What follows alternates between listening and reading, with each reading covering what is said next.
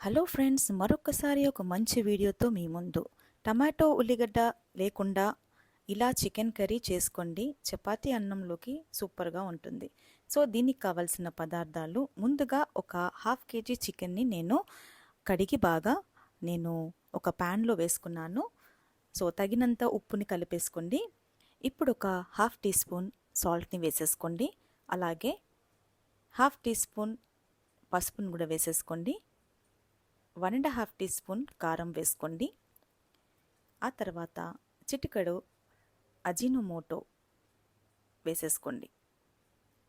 1 tea spoon garam మసాలాని వేసుకోండి. చిటికెడు గార్లిక్ పౌడర్ని కూడా కలిపేసుకుందాం. ఆ తర్వాత మనము పిజ్జాపై వేసుకునే సీజనింగ్ పౌడర్ ఉంటుంది కదా, అదొక హాఫ్ టీ స్పూన్ వేసుకుందాం. 1 టీ స్పూన్ సోయా సాస్ని కలిపేసుకుందాం. తర్వాత ఒక 2 టేబుల్ స్పూన్ ఆయిల్ని వేసేసుకోండి.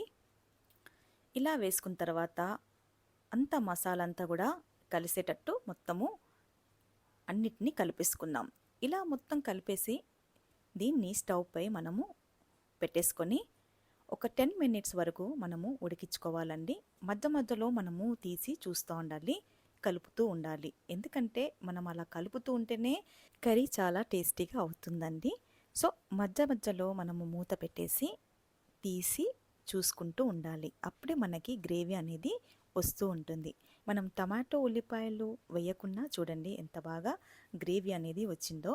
ఇలా ఉడికిన కర్రీని మనము అన్నంతో చపాతీతో ఇది సర్వ్ చేసుకుంటే చాలా టేస్టీగా ఉంటుంది.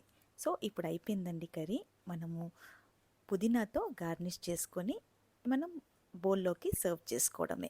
సో ఇలా సర్వ్ చేసుకొని మనము వేడి వేడి అన్నంతో చపాతీతో తినేస్తే చాలా టేస్టీగా ఉంటుంది. ఇలా ట్రై చేయండి, మీకు కూడా ఈ కర్రీ చాలా నచ్చుతుంది. సో ఈ వీడియో మీకు నచ్చినట్టయితే లైక్ చేయండి, షేర్ చేయండి, సబ్స్క్రైబ్ చేయండి. అలాగే నా ఛానల్ని సపోర్ట్ చేయండి. అలాగే మీకు ఏ విధమైన రెసిపీస్ కావాలన్నా నాకు కామెంట్ చేయండి.